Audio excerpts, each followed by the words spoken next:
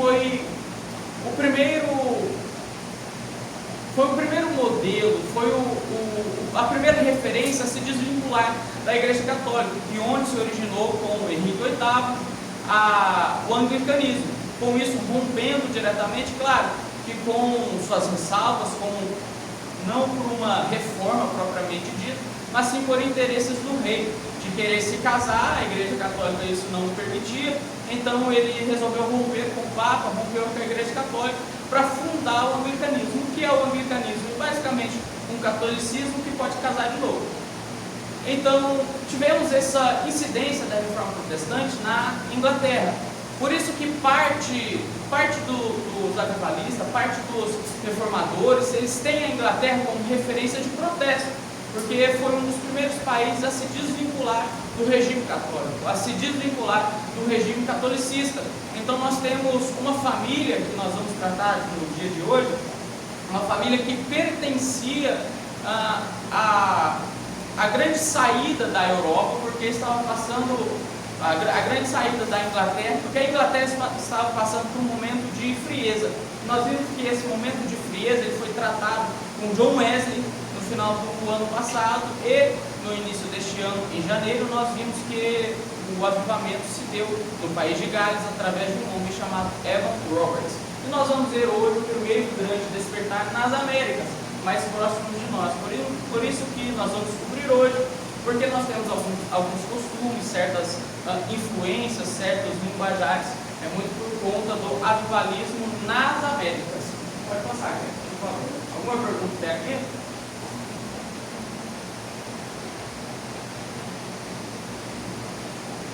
Esta é a nossa emenda anual dos seminários. Como eu havia informado, serão 12 seminários no ano de 2026, dividido em 4 blocos com 3 seminários cada. O nosso objetivo é ver uma progressão histórica, ou uma progressão na história da igreja, com o objetivo de entendermos e compreendermos de onde nós saímos, quais são as nossas práticas, quais são os fundamentos que nós temos, que nós praticamos hoje, e além disso, podermos nos aproximar do conhecimento que Deus tem disponibilizado para nós.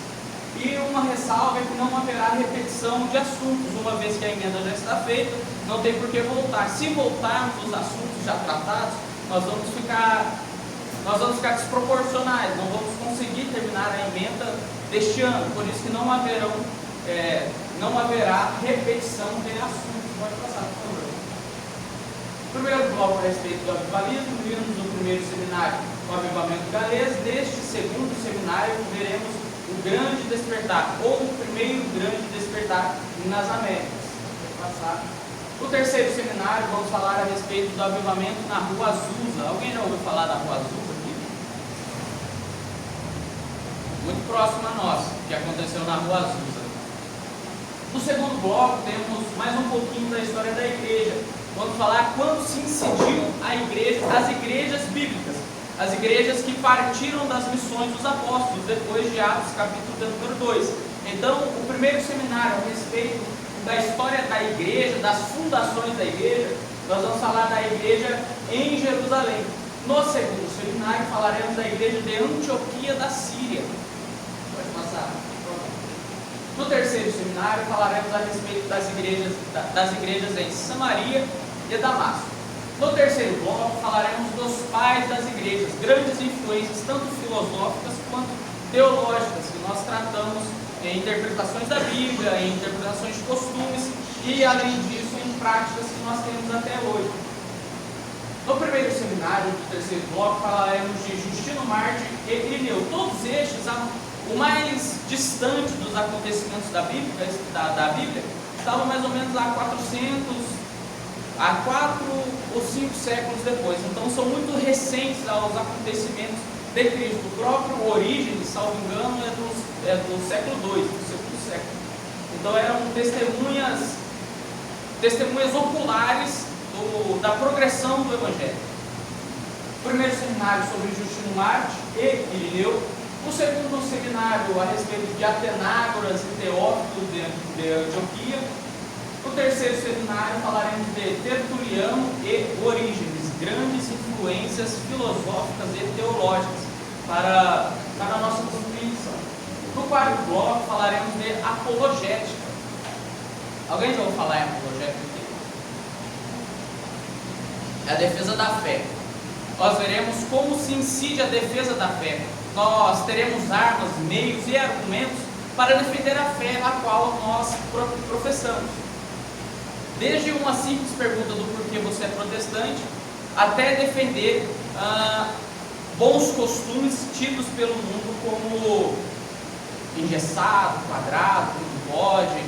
Tudo isso nós vamos ver em defesa da fé. Para isso, nós vamos salientar o trabalho no primeiro seminário. Iremos falar sobre sectarismo. Sectarismo é exclusivismo. Sectarismo é somente aqui existe salvação. Uma característica forte das seitas é retirarem o poder da salvação de Cristo e inserirem nas práticas e obras que aquela denominação tem. Isso acontece muito com a igreja adventista, com a igreja católica, com os mormons. Isso acontece muito com a Testemunha de Jeová. Eles tiram o mérito da salvação de Cristo, eles tiram a graça de Cristo e inserem tudo o que eles acham, tudo o que eles pensam, todas as suas práticas, ou seja, eles tiram a efetiva graça para imporem as práticas de suas obras, uma vez que a Bíblia condena a salvação pelas obras. A Bíblia vai dizer em Efésios 2,8 que a salvação é pela graça. Isso não vem de vós, é dom de Deus. No segundo seminário falaremos sobre o exclusivismo, onde somente aquele tipo de denominação, aquele tipo de prática que conduz a Deus. Pode passar, por favor. Pelo terceiro seminário, meados de dezembro, falaremos de fontes diversas de salvação que tais denominações têm. A exemplo de fontes alheias de salvação, no entendimento deles, são os escritos de Ellen White, dos Adventistas do sétimo dia. Quem aqui nunca ouviu falar do grande conflito? Alguém já ouviu falar do grande conflito escrito por Ellen White? Pura heresia. Nós vamos tratar de todas essas heresias em dezembro de 2026. Algumas das referências que eu utilizei para montar a emenda, para montar este seminário, estão aqui, não estão todas, mas boas referências estão aqui. Eleitos Mais Livres, de Norman Geisler, um ótimo livro para você poder ler e entender a respeito do livre-arbítrio e da eleição de Deus. A Cruz de Cristo, de John Stott, na minha opinião, todo cristão deveria ler, a respeito do peso da cruz que Cristo carregou. Os Pais Apostólicos, a história do cristianismo, por Justo L. Gonçalves, muito bom, inclusive. Pecadores nas mãos de um Deus irado. Teve uma fonte que eu bebi para fazer o seminário de hoje, é este livro, Pecadores nas mãos de um Deus irado, de Jonathan Edwards. Church History, daqui para frente são fóruns de pesquisa em sites, no Google propriamente dito, você vai encontrar bastante fórum de pesquisa. Church History, Journal of Ecclesiastical History, Vigilai Christianae. Esse Vigilai Christianae está em latim, mas tem muita produção lá que você consegue traduzir. São produções válidas, artigos literários de textos bíblicos, entendimentos bíblicos a respeito de certos textos que geram algumas divergências no meio cristão. Isso é importante você ter como base. E o Journal of Biblical Literature. Se você tem curiosidade de conhecer alguma literatura bíblica, algum comentário expositivo de certo sermão, de certo livro da Bíblia, sugiro você acessar esse site, que ele é muito bom para fins de estudo. Bom, falando bastante a respeito da emenda, vamos falar do seminário de hoje, propriamente dito, porque o tempo não nos espera. Dúvidas até aqui? Como eu já havia adiantado, a Europa e a América têm uma certa diferença no que se fala de avivalismo. Nós vimos que o avivalismo de John Wesley na Inglaterra e depois de Evan Roberts no País de Gales, eles eram peculiares porque o avivamento deles partia de uma subjetividade. Não que isso seja errado, mas de manifestações do Espírito do Senhor, de cultos tidos como muito longos naquela época, e tudo isso culminou para o grande avivamento na Europa. E por que é diferente do avivamento na América? Enquanto que o avivamento na Europa era muito centrado no mudanças subjetivas, o avivamento nas Américas, ele tem uma grande característica na palavra, no preparo dos sermões. Não que um esteja certo e o outro esteja errado, mas foram momentos em que se deu necessário essa atuação de Deus. Lembrando que nós todos somos unidos em Cristo Jesus como igreja, tendo como cabeça Cristo. Pode passar, por favor. Então estudamos o metodismo, que veio a partir de John Wesley, ou seja, sendo 100% metódico, sendo 100% metódico, propriamente dito, naquelas práticas a que ele estava disposto a fazer. Viver uma vida pura, uma vida distante de práticas que não estavam na Bíblia. Então John Wesley tinha essa característica. Agora, no primeiro grande despertar, nós vemos uma licenciatura muito maior, uma preocupação com o ensino do Evangelho muito maior, uma preocupação com os estudos muito maior. Mas isso se dá também muito pela influência de obras calvinistas, isso se dá muito em influência de escritos de Agostinho, o Agostinho jovem. Depois o Agostinho velho, ele ficou meio perdido nas ideias dele, mas o Agostinho jovem vale a pena ler, o Agostinho de Hipona, ou como a igreja católica chama, Santo Agostinho. Santo é só Deus, então é o Agostinho de Hipona, ou Agostinho jovem. Os escritos de Agostinho jovem têm forte influência na maioria dos reformadores, e não é diferente do que aconteceu no metodismo com John Wesley e o que aconteceu no primeiro grande despertar na América. Passar, por favor. Mas para começarmos a falar do avivamento na América, nós precisamos ressaltar a respeito dos puritanos. Alguém que já ouviu falar dos puritanos? Imagina o que possa ser? Quem possam ser? O que faziam?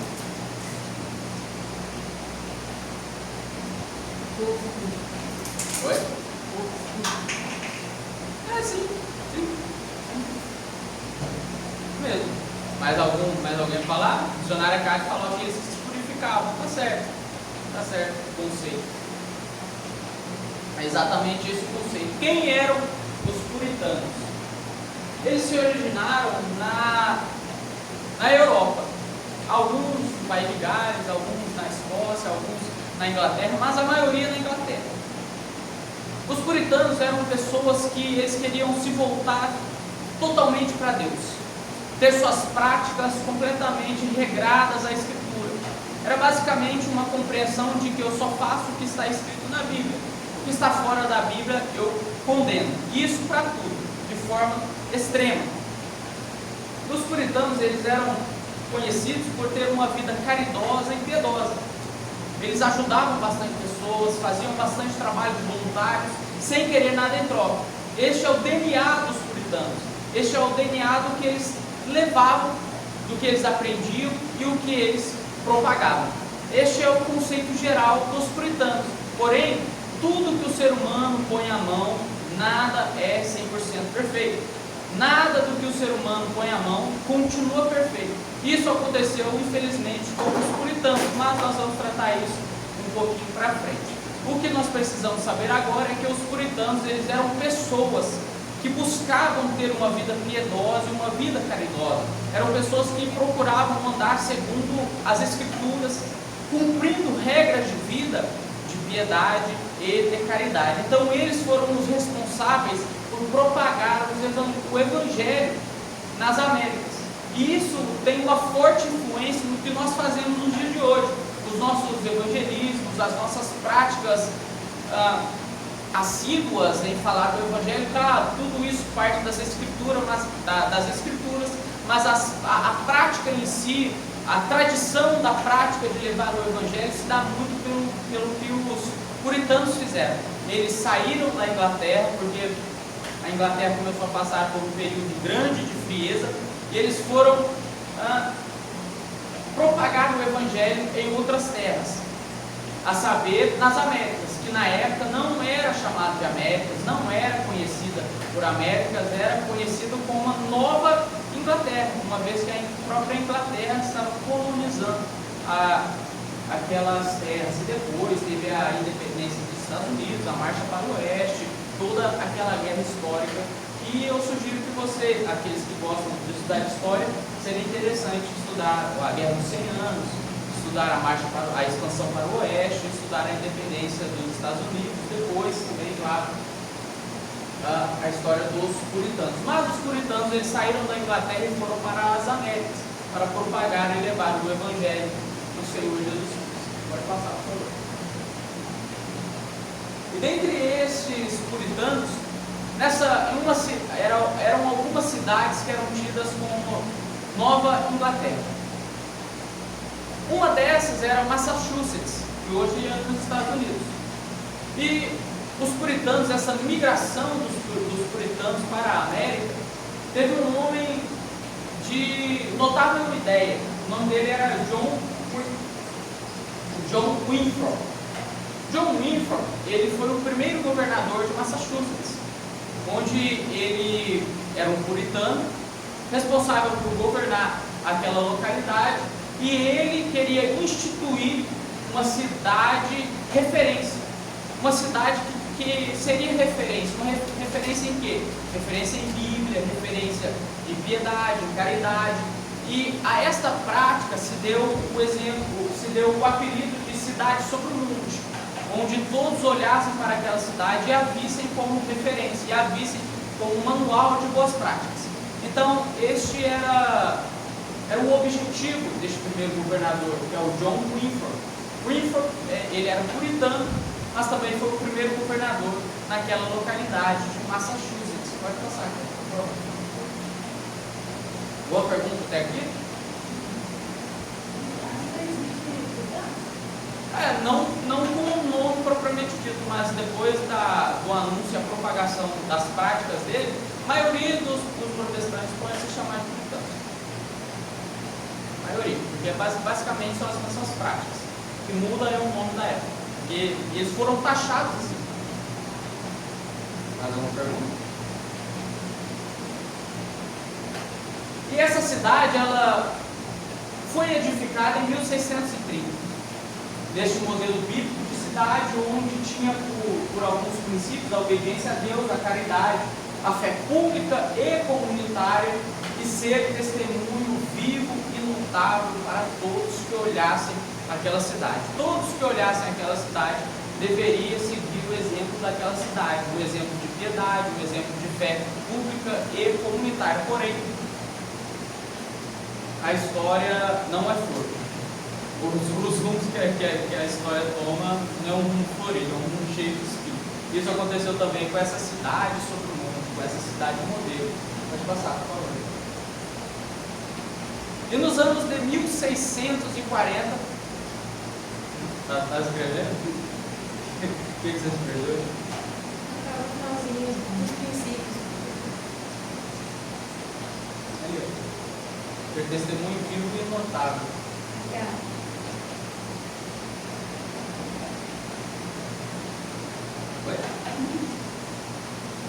No ano de 1640, houve um declínio da fé, uma frieza, onde? Na Europa? Não. Na Inglaterra? Também. Mas naquela cidade modelo, que tinha por princípio seguir a Bíblia, que tinha por princípio ser uma referência bíblica para toda a cidade que olhava para elas. E este esfriamento e essa frieza espiritual, ela se deu muito pela atividade rotineira que eles estavam tendo. Eles passaram a tratar os cultos, passaram a tratar o Evangelho, passaram a tratar o estudo da Bíblia como mera rotina. É como se é a mesma balança de eu vir aqui na igreja quarta, sábado e domingo e tratar isso não de forma especial, mas assim, tanto faz para mim. Eu vou lá porque se eu não for o pastor vai falar. Eu vou lá porque eu quero ir, está na minha rotina. Então é isso que aconteceu. A gente costuma chamar essa prática de fé herdada. É aquele clássico exemplo de tem um homem de Deus e sua família. Às vezes a família deste homem de Deus ou desta mulher de Deus, muitas vezes vai na igreja de forma arrastada. Você consegue ver quando uma pessoa vai na igreja de forma arrastada. Consegue ver, está ali, mas não queria estar. está lá, mas está com a cabeça fora, querendo estar fazendo outra coisa. E isso aconteceu dentro desta cidade. Isso aconteceu dentro dessa cidade fundada por puritanos. E isso ocasionou uma série de problemas, porque junto disso, junto deste esfriamento espiritual, houve a incidência de falsos puritanos.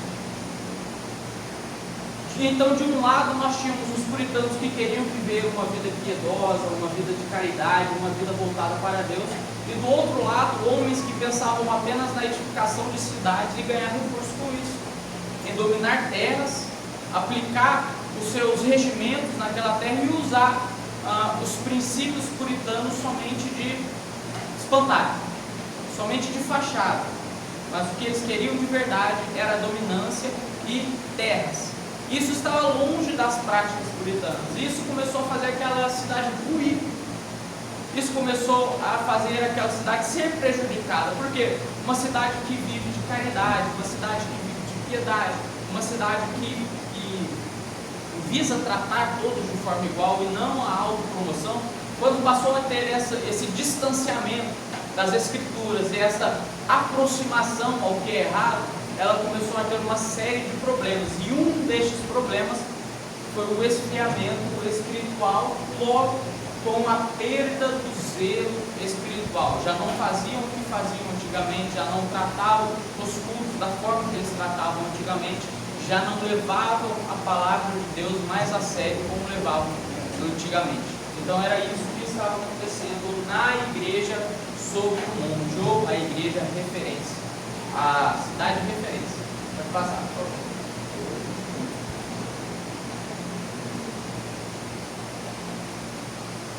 Mas em meio a tudo isso, nós temos um acontecimento.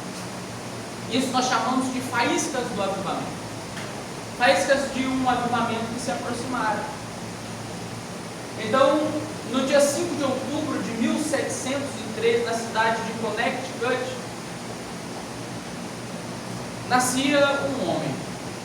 Nascia alguém que foi levantado por Deus para reverter esse distanciamento, essa frieza espiritual que estava tomando não só agora a cidade em Massachusetts, mas estava tomando toda aquela localidade, todos aqueles que anteriormente tinham práticas bíblicas. E ele era fluente em latim, hebraico e grego. E aos 13 anos, pasmem, aos 13 anos ele ingressou na faculdade de Yale. Alguém já ouviu falar na Universidade de Yale? Uma das mais representadas, uma das mais concorridas de todo o estado, de todos os Estados Unidos. Uma faculdade de nome, uma faculdade de renome. Aqui eu vou trazer um adendo, uma curiosidade, que a maioria das grandes faculdades, elas tiveram por fundador cristãos, homens de Deus. A exemplo disso, Yale, Oxford, Harvard, Princeton. Então nós vemos que a influência do Evangelho não ficou somente na edificação de igrejas, não ficou somente na edificação de catedrais, de gigantes catedrais, mas influenciou diretamente uma cultura. O Evangelho influenciou todas as áreas da humanidade, e uma dessas áreas foi a área da educação. Então nós vemos universidades de referência, Yale, Oxford, Harvard, Princeton, todas as universidades criadas, a Universidade de Genebra também, todas as universidades com um dedo de evangelismo, todas as universidades com um dedo de evangelho, todas as universidades com um dedo de reformadores.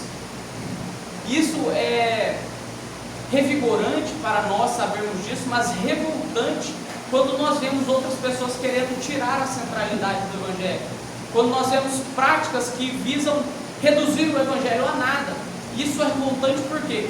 Porque nós vemos que a atuação do Evangelho não ficou restrita apenas à igreja, mas influenciou culturas, práticas, boas maneiras, educação, uma sociedade como um todo, influenciou a história.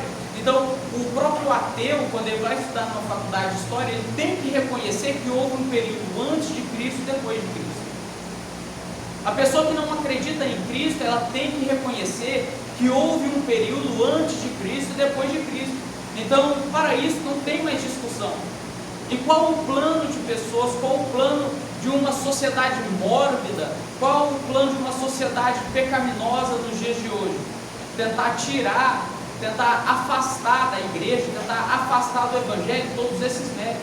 Uma coisa que eles nunca vão conseguir fazer, porque está enraizado na cultura da sociedade, porque está enraizado na cultura de uma sociedade saudável, as práticas do evangelho. Infelizmente ele não está aparecendo, mas consegue apertar para avançar aí?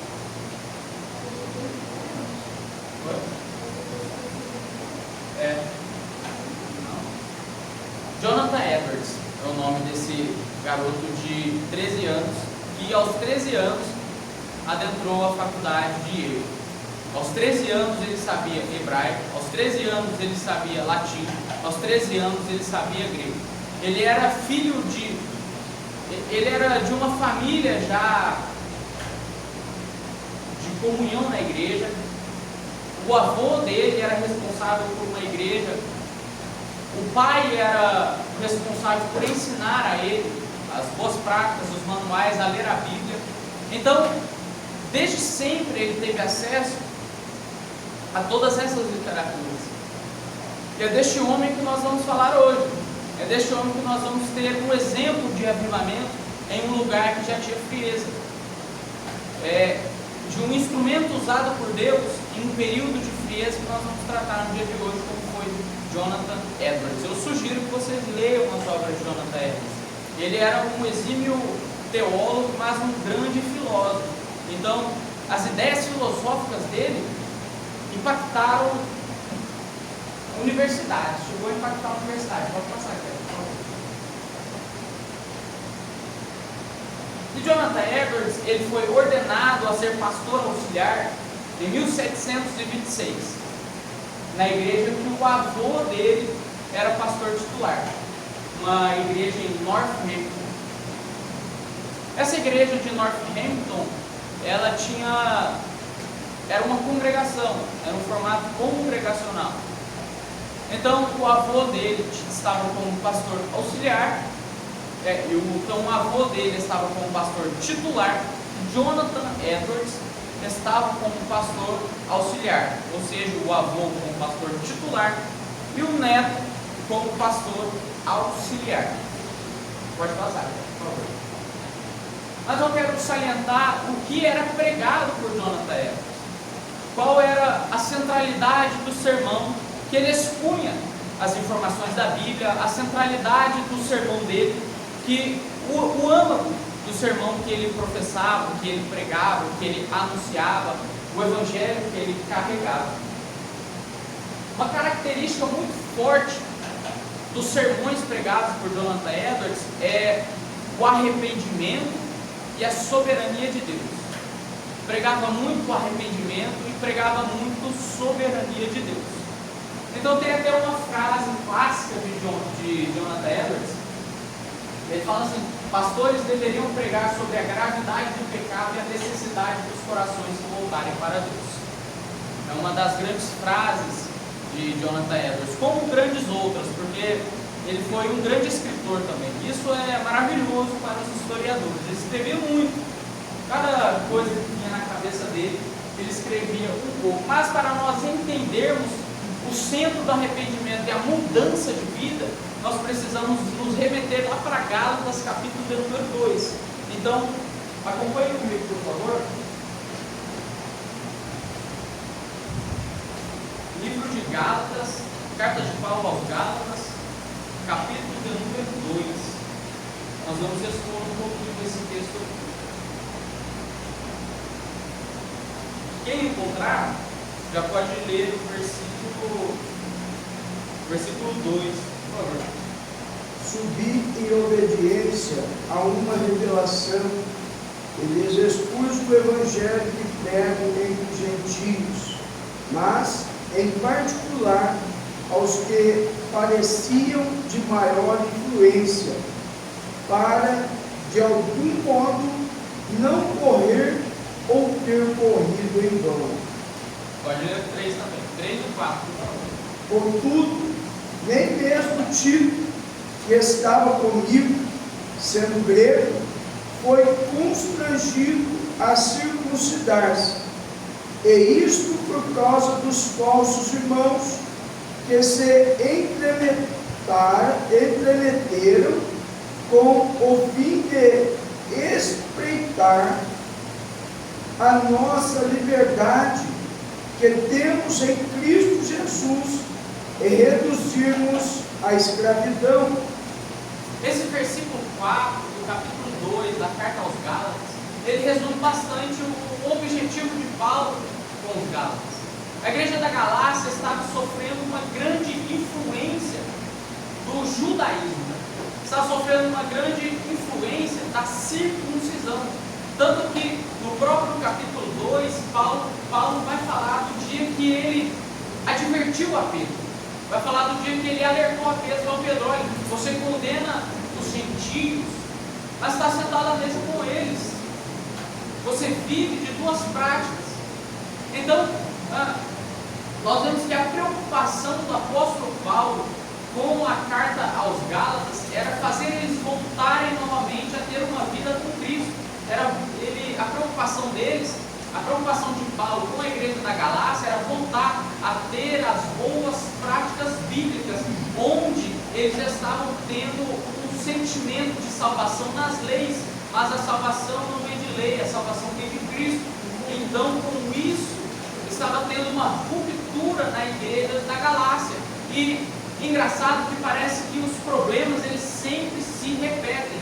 Isso que aconteceu lá no século XVIII, isso que acontece nos dias atuais. Uma ruptura, um rompimento naquilo que não é para ter rompimento. Uma rachadura naquilo que não deve ter rachadura. Porque o âmago do Evangelho, a centralidade do Evangelho é justamente a salvação em Cristo.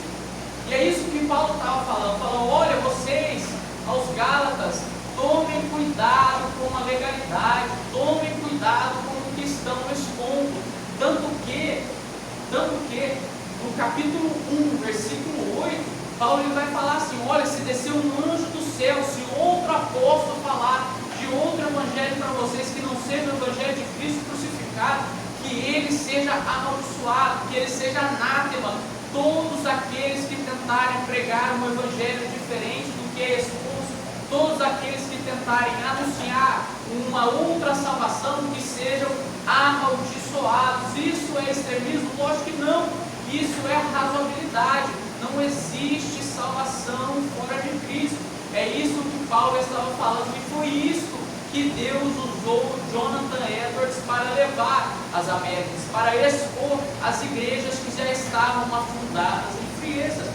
Alguma pergunta daqui? Versículo 13, por favor.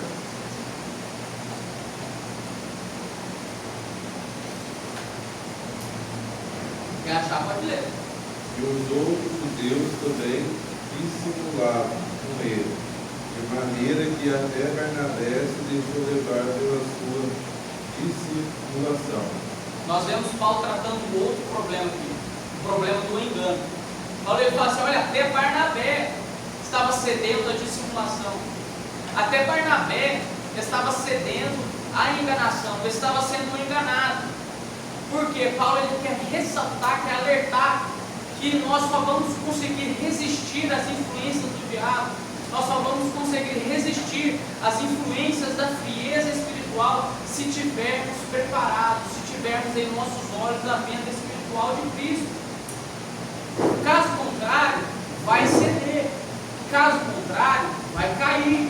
Caso contrário, vai se entregar. Olha, até Barnabé estava sendo enganado. Barnabé. Agora o versículo 20, por favor. Encontrar uma beleza. Já estou crucificado com Cristo. Eu vivo não mais eu, mas Cristo vive em mim. E a vida que agora vivo na carne, vivo na fé do Filho de Deus, o qual me amou e se entregou a si mesmo por mim. Nós vemos dois tipos de vidas abordadas por Paulo: a vida antes de Cristo e a vida depois de Cristo. Para a igreja só interessa a vida depois de Cristo. A vida que nós vivemos depois de Cristo. E nunca retroagindo. Nunca olhando para trás. Nunca herdando uma fé. Como assim, Mateus? Nunca herdando uma fé. Lembra o que aconteceu com aquela cidade de referência? Eles estavam tratando a fé como algo rotineiro, como algo normal. Eles estavam herdando práticas, mas não estavam a realizando de todo o coração. Eles estavam herdando, estavam indo à igreja, mas não estando em Cristo. Estavam se dirigindo às congregações, mas não estavam firmados em Cristo. Então, quando nós aceitamos Cristo, quando nós o confessamos, quando nós entregamos a nossa vida a Cristo e o confessamos publicamente, nós devemos viver uma vida diferente da qual nós vivíamos. É isso que Paulo está fazendo. Olha, é isso que Paulo está falando. Já não vivo eu, mas Cristo vive em mim. E a vida que eu vivo hoje, eu a vivo no Espírito de Deus. Então, esta frieza, ela só incide em quem não tem uma base espiritual. Essa frieza só incorre, só está sobre aquele que não tem uma base espiritual em Cristo. Mas por quê? Porque Deus não a concedeu? Muito pelo contrário, porque a pessoa não a procurou. Isso aconteceu com aquela cidade. Aquela cidade estava fria, gelada, distante. As igrejas estavam parecendo um açougue. E Deus levantou um homem para fazer isso. O nome dele era Jonathan Edwards. Pode passar, por favor. Alguma pergunta até aqui? Pergunta só na hora da prova.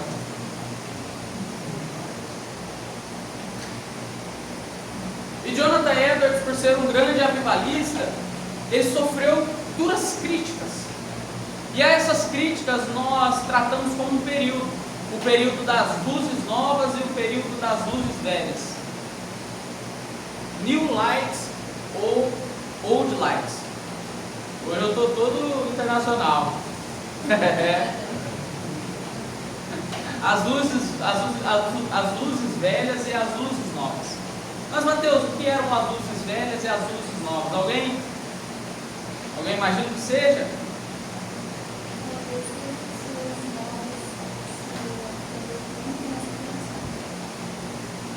Quase lá, já está no caminho. Desacomodaram seriam as luzes velhas? Oi? Desacomodaram seriam as luzes velhas? Está no caminho também. Passou um pouquinho. Alguém tem um chute? Esse é o caminho.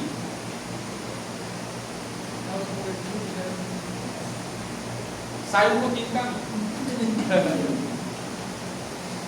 As luzes velhas eram aqueles que não eram adeptos ao avivamento. Quer um exemplo? O geladão. Tá lá, ó. Lá o pentecostal bobo, rapaz. Para que falar em língua? Para que gritar daquele jeito? Para que glorificar desse jeito? Essas eram as luzes antigas. Essas eram as luzes velhas. Aqueles que estavam acostumados com a frieza. Aqueles que estavam acostumados com a normalidade. Aqueles que estavam acostumados com a rotina. Vai na igreja, mas não sente a presença. Dobra o joelho, mais dorme do que fala com Deus. Não lembro nem a última vez que leu um versículo, que não seja na igreja. Estas eram as luzes velhas. E as luzes velhas começaram a perseguir Jonathan Edwards, justamente pela incidência do avivamento. A pregação de Jonathan Edwards era uma pregação dura de arrependimento que enfatizava a salvação pela graça de Cristo. Mas mesmo assim acontecia arrependimento e avivamento. Mesmo com uma mensagem dura, havia arrependimento. Mesmo com uma mensagem que acabava com aquela frieza, que tirava, que afastava aquelas más práticas, era ao mesmo tempo uma mensagem que revigorava. Deus usava este homem para isso. Há relatos que Jonathan Edwards, para ele preparar um sermão, ele levava 13 horas. 13 horas orando, meditando, lendo, orando de novo, meditando e lendo. 13 horas levava para ele elaborar um sermão. E tudo isso nós temos escritos de Jonathan Edwards. Então, com essa crítica ao movimento do avivamento, precisava alguém se posicionar a respeito disso. E aí onde vem as luzes novas, o período de novas luzes, que foi onde Jonathan Edwards defendeu o avivamento, mas sem excessos, porque todo excesso é ruim. Pessoas estavam abandonando suas casas, suas famílias, para pregar em outros lugares. Não que isso seja errado, mas o que a Bíblia fala? Olha, ao casado, o seu ministério é cuidar de sua casa. Deixe que ao solteiro ele vai, né, ele leva o evangelho. Paulo ele não está privatizando o evangelho, mas ele está dando um critério de razoabilidade de você se dedicar tanto na obra, mas ser dedicado em casa também. Então os dois extremos são ruins.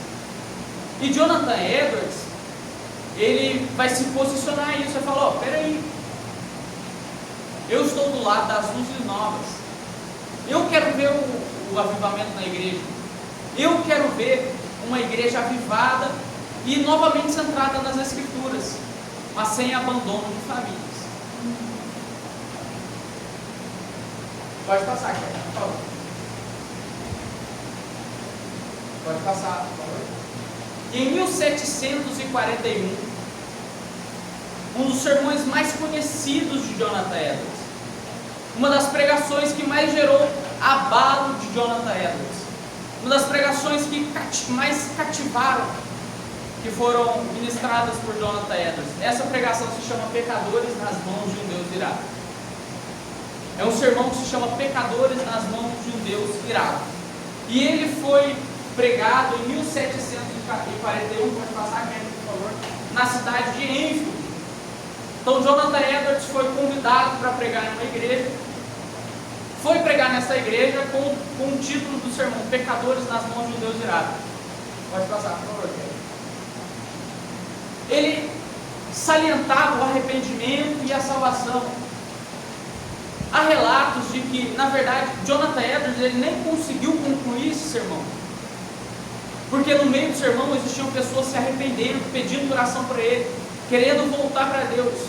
Ele pregou o inferno se tornou tão real aquelas pessoas, porque Jonathan Edwards ele tinha uma prática interessante de ministrar.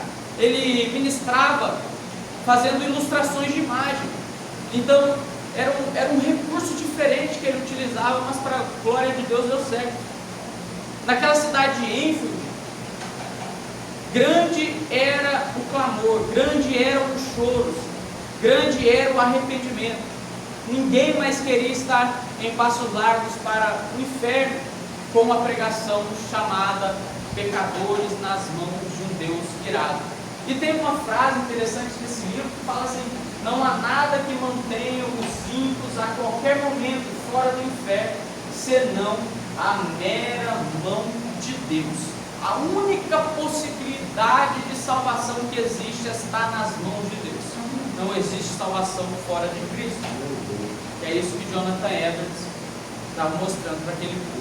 Alguma dúvida? Pode passar, por favor.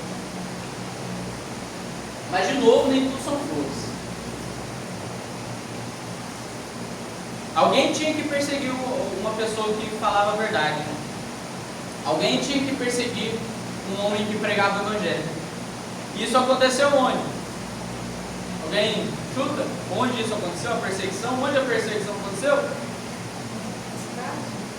Naquela cidade de São Paulo lá.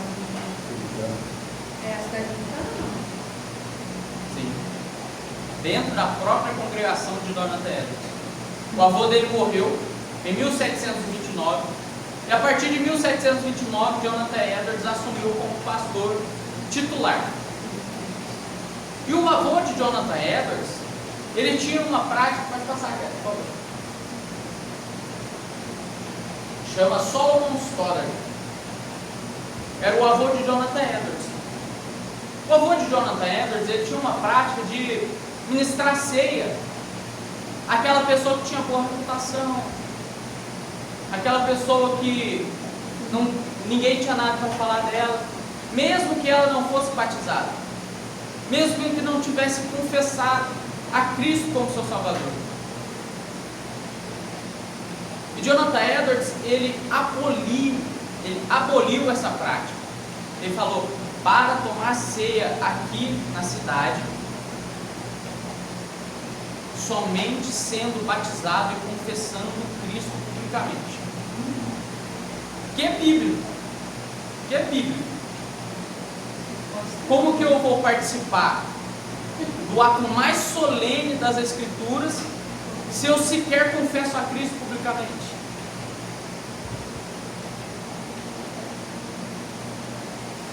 Jonathan Edwards fez isso. Falou: peraí, esse negócio aqui está errado. Que história é essa? Rapaz, só porque é bem falado por aí, vai tomar a ceia do meu Senhor? E não, João. Mas isso ocasionou em perseguição. E quem perseguiu ele? A própria igreja, a própria congregação. Acostumada a ficar com a luz apagada, né? A própria congregação de Northampton. Está acostumado com a luz apagada. Em junho de 1750, Jonathan Edwards começou a pregar isso. Ele não só excluiu, mas pregava isso. E chegou em junho de 1750, pode passar aqui, por favor. Ele foi expulso da igreja de Northampton. Mandaram Jonathan Edwards embora. Você não quer se submeter às nossas práticas? Então vai embora, vaza. Então, o conselho da igreja era uma igreja congregacional. O conselho da igreja optou por expulsar Jonathan Edwards. Sabe qual foi o consenso? 90% optaram pela expulsão de Jonathan Edwards. E outros 10% optaram por ele continuar na igreja. A congregação de Northampton expulsou os maiores pregadores por pregar a verdade. Justamente por pregar a verdade. Sabe quem conheceu o Jonathan Edwards? George Whitefield. Nós falamos de George Whitefield em dezembro do ano passado. Um dos grandes pregadores, um dos grandes ministros de Deus. Então ele tinha Jonathan Edwards como uma grande influência, tanto ministerial quanto em seu casamento. Jonathan Edwards era casado com uma mulher que chamava Sarah, depois se chamou Sarah Edwards. O casamento dos dois, palavras de George Whitefield, era um casamento abençoado. Mas Jonathan Edwards foi expulso da cidade, da igreja da cidade de Northampton. Mas aí, para onde que ele foi? Pode passar aqui, por favor. Aí. Para onde que ele foi? O que aconteceu com Jonathan Edwards? Alguém tem alguma sugestão? Aparentemente numa cidade. Também. Vou pegar ali a água e vocês pensam. Pode dar sugestão do que aconteceu por aí.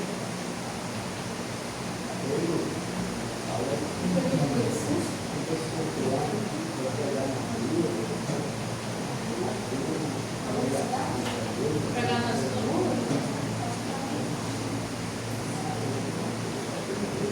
Poder do livro ar livre. Eita glória, quem vai? Mas vou pegar na rua, congregação. Lembra que eu falei que Jonathan Edwards conheceu George Whitefield?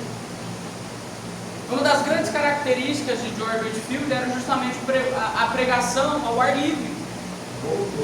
Era a pregação em púlpitos de rua. Aí Jonathan Edwards, em janeiro de 1751, ele pensou assim: tá bom, não posso pregar mais na igreja de Northampton, vou pregar lá na fronteira. Vai pregar na fronteira para quem? Pode passar aqui, por favor. Pode passar. Então, em agosto de 1751, Jonathan Edwards se mudou para a fronteira para pregar para quem? Para os índios. Vai pregar para os índios. Pregou para os Mohawks, que eu também nem conheci quem eram Mohawks, mas os moicanos também. Os moicanos eu conheci, os últimos moicanos, né? Então, Jonathan Edwards pregou e converteu vários índios. E sabe o que é interessante? Esses dois estavam em guerra nessa cidade. O nome da fronteira é Stockbridge. Então era um povo que está em guerra. Então ele pregava tanto para um quanto para outro. Acabou com a guerra dos independentes? Não acabou, mas houve várias conversões. Ele pregava, ele se mudou, ele começou, no início ele passou fome, passou necessidade, ele tinha 11 filhos.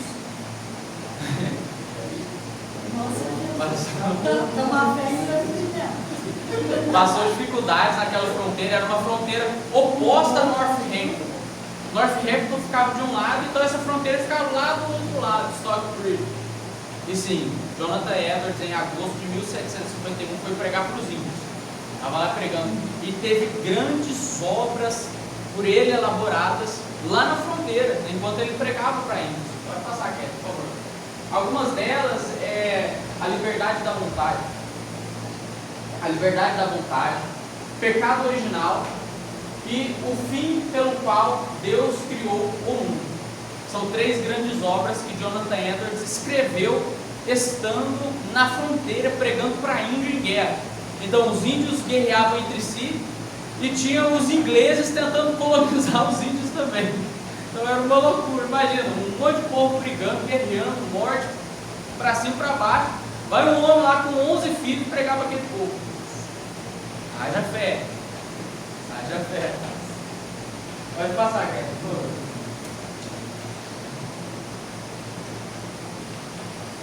E ele pregou lá por muito tempo. Jonathan Edwards pregou naquela fronteira. Até ele recebeu um convite para ser presidente. Ele foi eleito presidente da Universidade College of New Jersey. Sabe qual universidade que é essa hoje? Princeton. Simplesmente Princeton. Ele foi eleito para ser presidente de Princeton em setembro de 1757. Em janeiro de 1758, ele foi empossado. E a partir de fevereiro de 1758, Jonathan Edwards, aos seus 55 anos, foi presidente de uma das universidades mais prestigiadas dos nossos dias. Uma das universidades mais prestigiadas do nosso tempo, Princeton. Na época chamava College of the New Jersey. Mas em 22 de março de 1758, aos 55 anos de idade, Jonathan Edwards tomou uma vacina contra a varíola. E houve várias complicações em Jonathan Edwards. E em 22 de março de 1758, Jonathan Edwards morreu aos 55 anos devido a uma complicação da vacina de varíola. Ficou na guerra entre o povo, morreu de vacina? Morreu por conta da vacina. Essa é a história, pode passar, por favor. Essa é a história de Jonathan Edwards. Foi um instrumento de Deus para levar o avivalismo novamente, para levar o avivamento novamente a uma igreja fria, calada, uma igreja distante. E Deus o usou para este fim. Depois de ter conhecido George Whitefield, foi tão impactado que ele foi pregar na fronteira para os índios. Mas Jonathan Edwards, ele, além de ser um importante pregador, ele foi um importante escritor.